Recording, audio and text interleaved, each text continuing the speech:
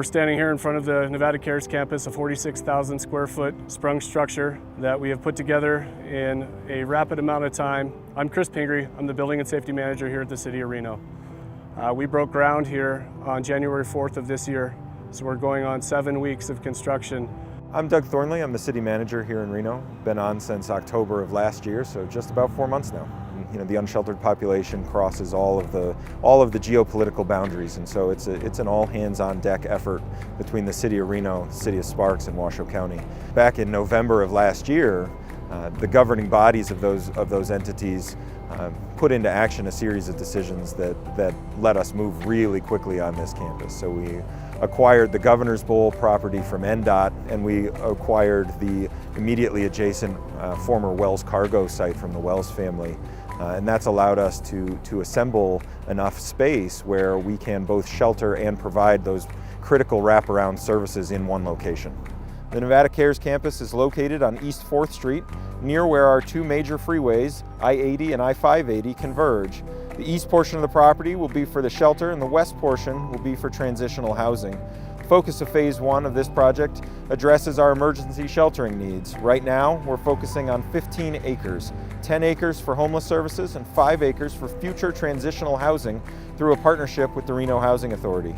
In 2020, our point-in-time count for the unsheltered population, that includes folks who are living in shelters or outside, exceeds 900, and that number is only going up in 2021. That's a trend nationally. The Nevada Cares campus will include a low barrier shelter, and so that will ideally help some of the folks who don't have a place to go right now. So couples, unmarried couples, folks with pets, certain other constituencies will find service here where previously those services had not been available. When we talk about how this comes together, there are a handful of interlocal agreements with respect to shelter operations, with respect to cost share in terms of how we fund this. The big lift was just under $17 million in terms of the all-in expense to acquire land and get this first phase up and out of the ground. We're pretty proud of the project, and we're looking forward to definitely finishing this in the next 4 weeks. Phase 2 is going to involve a 22,000 square foot structure just over here to the south of where I'm standing. It's going to include a cafeteria and a meal respite area, a place where people can go and get those wraparound services that we talk about and are spread out throughout our community. It's also going to include sort of storage facilities and places that make this a more permanent and more tenable solution than some of the facilities we have now.